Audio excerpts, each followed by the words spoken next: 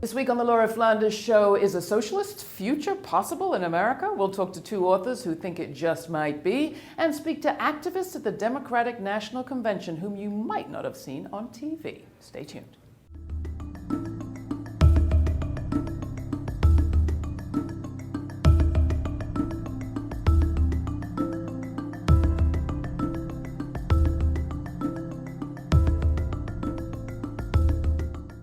Are we headed for a socialist future? Our next guests think it's possible, but what would that mean? And what difference would a tinge of red make to a green agenda, say, or a business plan? Sarah Leonard is a senior editor at The Nation magazine, as well as an editor at Dissent. Bhaskar Sunkara is the founder of Jacobin, a political quarterly offering socialist perspectives on politics, economics, culture, and just about everything. Their new book, co-edited, is The Future We Want: Radical Ideas for the New Century. I'm very glad I can welcome back to the program Bhaskar and Sarah. Glad to have you. Thank you. Let's start. I just want to take a second on your new issue of Jacobin, Bhaskar. Came out this spring. It's dedicated to the Irish Rising of 100 years ago, the Easter Rising, so-called, of 1916. Why a special issue on 1916 in Ireland? Right. Well, the Easter Rising was a failed revolt against British rule in Ireland and had many different elements to it. There was a strong socialist component. The main overall commander was James Connolly, who's Ireland's foremost Marxist, and who was later executed for his role in the Rising. But in many ways, we thought that rather than just thinking of this as an Ireland issue, we actually thought this had broader resonance. This is something that prefigured the Third World revolts against colonialism that happened later in the century. And in many ways, it also, the failure of the Irish state that did emerge resembles in many ways the failure in the United States of us to also build a strong welfare state and a strong social democratic movement. And without a strong welfare state and without strong social democratic forces, it's very hard to create a far left to the left of that when your spectrum is just dominated by centrist and center-right forces, which you have in Ireland and you also have here in the United States. Yeah, I mean, it's fascinating to go back to 1916, 100 years ago, and see how many people in how many parts of the British Empire and beyond were watching what was happening in Ireland and learning from it, from Gandhi to Lenin to W.E.B. Du Bois, I discovered recently.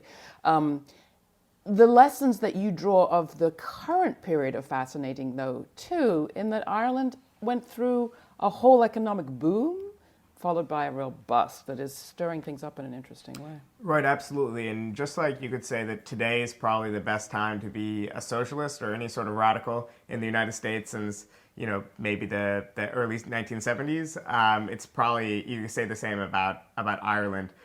Because a lot of the growth that was being pushed and this whole idea of the boom in Ireland in the 80s and 90s, it turned out to be just a mirage. It was based on lots of fictitious capital and Ireland being a tax haven, and that's all kind of coming home to roost. And obviously Irish elites are doing just fine. They're putting their money elsewhere. They're investing in Europe. But their average Irish workers and public workers and so on are finally beginning to fight back against austerity, and it's actually very inspiring to see. And it's kind of paralleling to some degree the developments that we're seeing in the United States today. And are people watching internationally as much as they were 100 years ago? What's going on in Ireland? I think we need to rebuild a kind of a strong international left that does have this perspective. I think for sure people in Southern Europe, in Portugal, in Greece, and Spain definitely regard the Irish struggle as part of their own and as a common kind of adversary in the Eurozone, and a lot of these policies have been pushed continentally. Well, let's move on to the U.S. and your other product, the co-edited book, The Future We Want, with the two of you. Sarah, it's true, this is a great time for these conversations, and they're the kind of conversations that people, I don't know, even 20, 30 years ago would have said would be unlikely to occur on U.S. soil because of the history of red baiting. What's changed? Absolutely. Well, a few things have changed. First, material conditions are such that people have not recovered from the recession. We're told we've been in recovery, but it's been a largely jobless recovery. And so people are still suffering. There's a large amount of student debt in the country, as we all know, a large amount of medical debt, and people really feel pressed. And people feel like their politicians or elected representatives are not listening to them, which turns out to be true. People are not wrong about that. And so what you have is an enormous amount of need confronting a totally immovable political system, which is a very combustible combination. And at the same time, you have young people who came to political consciousness after 1989. So they're not really thinking about socialism in a sort of scary Cold War kind of way, but did come to political consciousness around the time of the recession. So very likely a parent, a relative lost a job. Maybe their house was foreclosed on. Graduating college, they probably had debt. They very likely had trouble finding a job. And so people are not so afraid of socialists taking their stuff, right? They're afraid of Wall Street taking their stuff. And so there's a real opening for a new sort of politics that will actually meet the extreme need that we're seeing only growing in the US right now. We've talked about this around your founding of Jacobin, Bhaskar, the shift, generational shift that you're talking about. In terms of the willingness to even consider socialist options or communist. What's the mission of this book? Maybe is it the first of many? And who did you reach out to, Bhaskar? Well, we reached out to a bunch of contributors from both Jacobin, The Nation, people we thought were obviously had a breadth of knowledge and experience, but were particular experts in one field. And we thought that we would, take them together and put them in a book that offered kind of actual solutions. So the idea that we're actually getting it, we're not intending this to be used as a policy memo. We don't want to send this book to Washington and have, the Congressional Progressive Caucus, try to enact, do this. But although we're fine with that. If they want basic income, We'd be okay with it. But it was kind of meant as pushing back against the idea that a lot of people have that, we don't like the status quo, we don't like the system as it is, but people don't believe there's an alternative, and they believe that, more importantly, that the barriers to any sort of other system are technical. Like, in fact, we have homeless people because society can't be constructed any other way. What we need to do as socialists, as leftists, as progressives, is push against that idea and tell people that the barriers to social change are political barriers, not technical ones. And I think this book is a contribution in that direction. Now, your chapter in the book, Sarah, is specifically around gender and class. You call it sex class. And that gets at some of these questions very concretely. I mean, no class has been told more lies about the condition of their lives, I think, than women. And the first thing we're told is our problems are personal. You take that on. Yeah, absolutely. Well, one of the things I tried to address was first, what sorts of policies or what could we do on a society-wide scale that would benefit all women, not just a few women, not just these or those types of women, but women in general. And second, what would allow women to have enough political power that women's concerns continue to be at the forefront of social movements that are trying to make positive changes. So something I focus a lot on is childcare. And the reason for that is twofold. First, it is a nexus of conflict between women currently. You have well-off women who are supposed to work a lot, and middle-class women who are supposed to work a lot. And they pay other women to look after their kids, often immigrants, often unprotected by labor unions, often at very low and exploitive wages. And that's what we call having it all? Yeah, having it all. There's lots of people doesn't working it sound for you. good? Yeah. You work all the time and you make someone else work all the time. It's amazing. And so I wanted to get at what was going on here. And of course, in order for all people to be able to live complete lives where there is leisure time, there's work time, no one's working for low wages, you need a large-scale childcare system. And this would do a few things. One, it would break that bad relationship between women that exists right now. Second, it would allow women to move to the forefront of work that is not in the workplace. So, for example, the trade union movement has not always had women leaders, in part because the women went home to take care of the kids. They were busy. Yeah, they're busy. They're working that second shift, or maybe the third. And so by creating a context in which women are not tied to the home in the same way, you create stronger left movements. And finally, we should be thinking about children as a social responsibility. To privatize this, as Thatcher would say, right, the only unit in society is the family, the only important institution. What that does is it says, we don't need taxes to pay for childcare. to take care of children as a society, we're going to throw that back on the family and you make do however you can.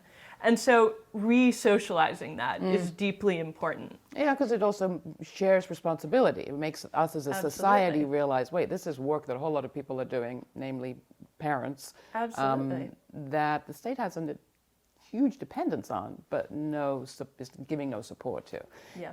Are these sorts of questions being integrated into left and socialist thinking outside of the circle of feminist leftists, Bhaskar?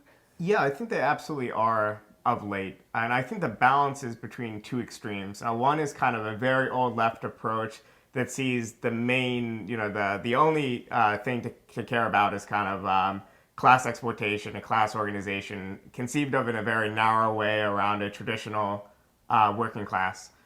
And the other extreme, I think, is to see them all as completely separate categories. And someone would say, I'm an intersectional leftist. I care about gender, I care about race, and I care about class. Mm-hmm. I think the approach in the book and how it tries to integrate things is to say that separate oppressions are real and exist. And there are particular oppressions around racism and around sexism. But the common denominator in a lot of them is actually class. So class runs through them like a current. So you have to actually create particular programs to tackle things like sexism. But at the same time, if you try to create those programs without class, you won't get anywhere. In the time allowed, I want to get back to what you said was kind of the mission of sort of laying out some of the alternatives or possibilities that are out there. What difference does red make to, say, the green jobs agenda? Somebody writes about that topic. Well, I think for one thing, it acknowledges an actual agent, an agent of history, an agent of change. And for that, we think it's workers. But our conception of working class isn't, you don't just have to be working a manufacturing job to be a worker. It just means you're a member of the broad mass of society that, doesn't own a workplace, doesn't own a factory, is dependent on other people to earn a wage and get by. And that describes most people in the capitalist world today. So we have not only a vision of a better world, we kind of have this idea of an agent that can carry it out. And more importantly, the idea that, fights for reforms day to day can build the force of the working class to the point that they be able to win bigger and bigger gains. So when it comes to the environment in particular, I think you can have a liberal approach that says, we need a sustainable planet. Right. But because they don't attach that dream to an actual set of people, they end up with policy that ignore the very people that they have to win over to actually achieve that change. So, for example, if you want to decrease carbon emissions and do things like that, you won't do it by taxing and nickel-and-diming workers, because that'll just anger them and tell them that, a climate agenda is against their interests. But if you actually think about empowering workers and giving them the chance to democratically control, so much of production in the world around them, then they'll actually realize, this is in the interest of the majority. And hey, we don't own a factory, we don't own a coal power plant, so maybe it's in our long-term interest to actually buy into this. Mm-hmm. But I think there's a very different approach that a lot of mainstream and liberal forces have that don't think about how to win over the actual mass of people. And that opens the door to right-wing populism, who correctly identifies kind of contradictions in liberal thought and rallies people around an agenda that doesn't actually serve them, but at least it's counter to this kind of status quo liberalism that they've seen the effects of for the past few years. So where do we go next? This election will eventually be over in the United States. Your book is out, Jacobin continues. Where are you hoping these conversations will take us, Sarah? Well, people have been opened up to the idea of socialism. What's not clear is what everybody thinks that is. Correct. In many ways, it's a response, not an affirmative message. And so we want to do the work, and this book is certainly part of that, of doing the educational work, doing the journalistic or even the research work to sort of build a comprehensive picture for people of this is what a socialist society could look like, this is what it's looked like in the past, this is the sort of world we want to see. And to begin doing that in some amount of detail. Beyond that, of course, organizing is the most fundamental thing, and I think that's going to take a number of different routes. So there are a number of social movements sort of already in play, whether it's around Black Lives Matter or Fight for 15, that have already created the opening that Bernie Sanders stepped into, right? By suggesting the problems that we're facing right now, they're not your fault. They're not individual problems. They're social problems. And that is the room that Bernie Sanders stepped into. And so supporting those movements in their development is going to be absolutely fundamental to creating the further terrain for more socialist work. Thanks, Bhaskar Sunkara, Sarah Leonard. The book is The Future We Want, Radical Ideas for the New Century. Check it out. So from talking about making systemic change to working for that change, at the Democratic National Convention, activists from all over the country showed up with a much bigger agenda than just voting on a presidential nominee. A lot of what they tried to say was not covered elsewhere in the media, but we were there. Jonathan Klett and Anna Barsan reported on this side of the DNC for the Laura Flanders Show, thanks to your contributions that made it possible.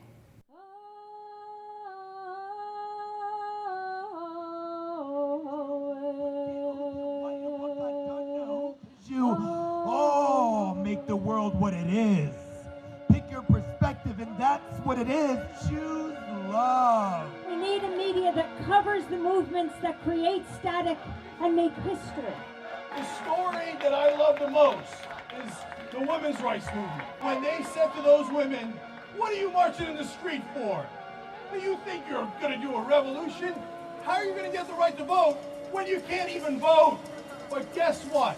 We combined together with people power did the impossible. People said to me as a woman, come on, we need the first woman president. And I say, yes we do, and that is Jill Stein. Forget the lesser evil, fight for the greater good.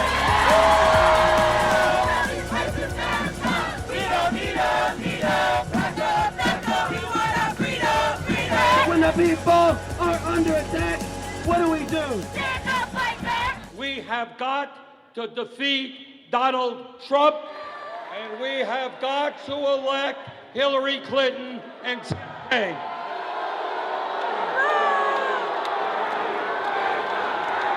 Brothers and sisters, Trump is a bully and a demagogue.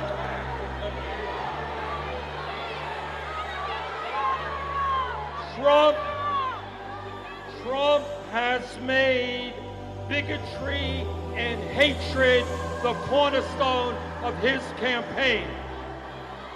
Election days come and go, but the fight for social, economic, racial, and environmental justice continues. 19 votes for the leader of our revolution, which shall continue.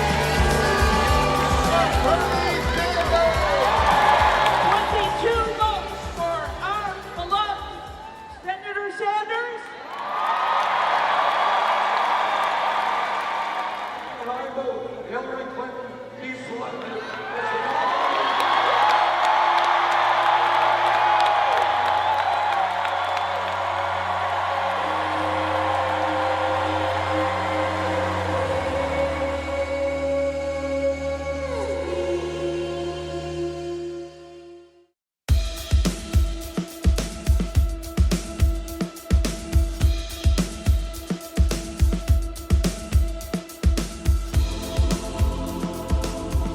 I'm too afraid that you might even help Donald Trump. Of course, you don't want to, but I believe the DNC helped Donald Trump. While the fear of Trump is great, we are even more afraid of disastrous climate change. They're not interested in hearing our concerns. They pay lip service to it. And unfortunately, that hurts our party. It divides us even further, and it makes us in danger of proto-fascism taking over this country. This is about all of us, not the 1%. Hillary is the 1%. She will not represent our interests. She will represent hers like she always has. I'm not interested in the American dream anymore. I'm interested in all of humanity having access to a decent quality of life. We need to remember that we have more in common than we have in differences. A Trump presidency is the absolute worst situation that could happen. This is grassroots completely, so it's nothing to do with Bernie. Yielding to the billionaires and receiving a super PAC, her controlling mainstream media, she doesn't know what it's like to break through glass ceilings. She could probably just flick through a crystal glass and that's about it. This isn't about Hillary Clinton. This isn't about WikiLeaks or anything like that. This is about the corporate media. We're in the heart of the media. We're at the media tent at the DNC, and this is still not being covered. What does it take in this country to have the values of and the interests of the 99% of the people's revolution reported by the mainstream media? The heinous idea of the Navy using the beginning of the earth for warfare and its training to destroy the way of life, life itself, and to abrogate our treaties. Now I need each and every one of you to consider how they feel. Some of the delegates have gone inside with solidarity with the Black Lives Matter presentation. FDR Park! Protest! The protesters want to meet us! FDR Park is on the other side of Wells Fargo Center! That way!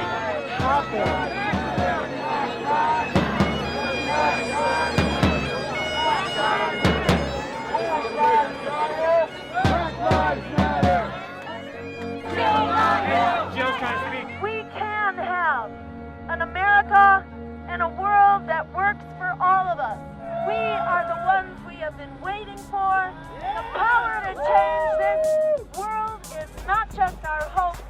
It's not just our dreams.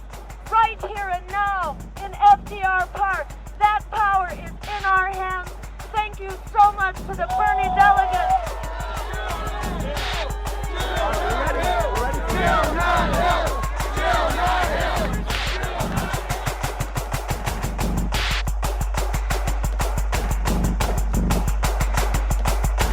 I think the DNC and Hillary's campaign are now reaching out, and I think they were going to do that anyway, but now they realize that they kind of have to do it because otherwise we're going to screw them over in November.